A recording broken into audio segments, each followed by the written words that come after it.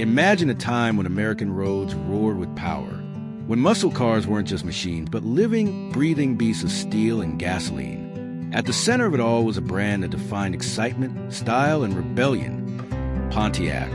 But here's the shocking twist. A brand once at the top of the world, a name that brought us legends like the GTO, the Firebird, and the Trans Am, is now completely gone, erased, forgotten. How does a car company go from being the heartbeat of America's streets to vanishing into the dustbin of history?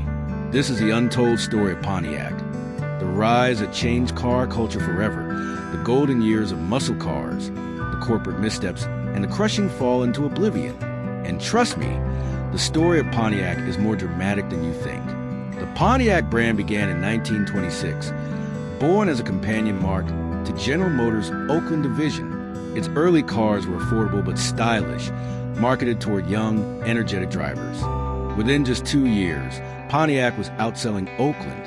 By 1931, Pontiac wasn't just a companion brand anymore, it was a brand. Oakland was killed off, while Pontiac surged ahead. What set Pontiac apart? It offered style, performance, and affordability. It wasn't a luxury car, but it wasn't bare bones either. It was exciting. And over the years, Pontiac earned a reputation for being the performance division of GM. By the 1950s, Pontiac was already laying the groundwork for greatness.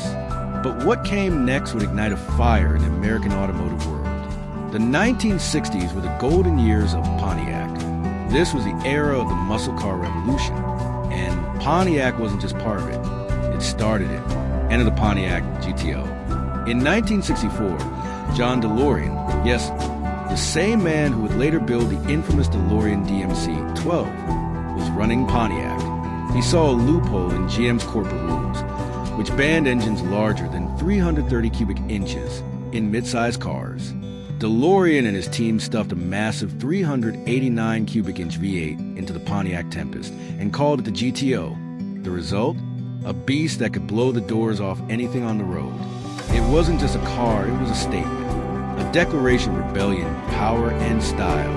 The GTO sparked the muscle car craze, inspiring Ford's Mustang, Dodge's Charger, Chevy Chevelle SS, and countless others. Pontiac followed up with more legends: the Firebird and later the Trans Am, the Grand Prix, high-performance additions that defined the street racing scene. Pontiac became the cool GM brand. It was bold, it was fast, it was exciting. Its advertising tagline said it best: "We build excitement." By the late 1960s, Pontiac was selling nearly 1 million cars a year, ranking as the number 3 best-selling brand in America. Pontiac wasn't just a division of GM. It was the soul of American car culture. But the golden era wouldn't last forever.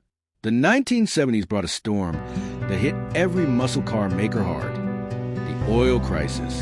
In 1973, gas prices skyrocketed. Suddenly, big V8 engines and gas-guzzling muscle cars weren't what people wanted. Buyers demanded smaller, fuel-efficient cars. And Pontiac, like most American brands, struggled to adapt. Then came emissions regulations and safety laws. Horsepower ratings plummeted. Engines were choked by catalytic converters. Cars that once produced 400 horsepower were reduced to barely 180. The once mighty Pontiac GTO lost its edge and disappeared in 1974. The Firebird Trans Am survived, but it too was tame compared to its early years. But Pontiac had one shining light: the 1977 Trans Am, immortalized by Burt Reynolds in Smokey and the Bandit. That black and gold Firebird became an icon, keeping Pontiac cool while other brands faded. Still, the writing was on the wall. The excitement was fading. The 1980s and 1990s were years of identity crisis for Pontiac. Yes, there were bright spots. The Pontiac Fiero, launched in 1984, was America's first mass-produced mid-engine sports car. At first, it was underpowered and flawed, but by the late 1980s, Pontiac fixed it, just in time for GM to kill it off. The Grand Am in Bonneville became popular family cars, and the Trans Am kept Pontiac in the spotlight with appearances in shows like Knight Rider. But overall, Pontiac was losing its spark. GM's corporate strategy forced its divisions to share platforms and parts. That meant Pontiacs were often just rebadged Chevys with different styling. Worse, Japanese automakers like Toyota and Honda were dominating the small car market. Buyers wanted reliable, efficient, well-built cars, and Pontiac couldn't compete. By the 1990s, Pontiac's lineup was bloated with cars like the Sunfire, Grand Prix, and Aztec. Yes, the Aztec, one of the most infamous flops in automotive history.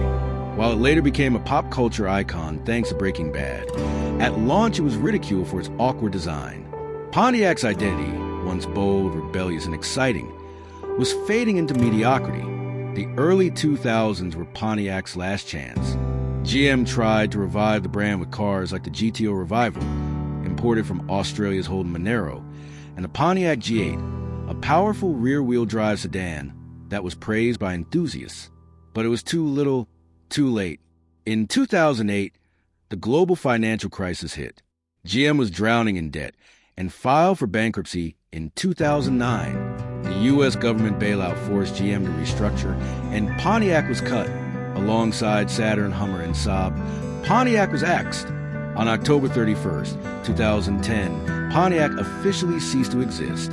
A brand that once symbolized American excitement and muscle cars was gone. Today, Pontiac lives on only in memory and in the hands of collectors. The GTO, Firebird, and Trans Am remain legends. Enthusiasts keep the brand alive at car shows and on the drag strip.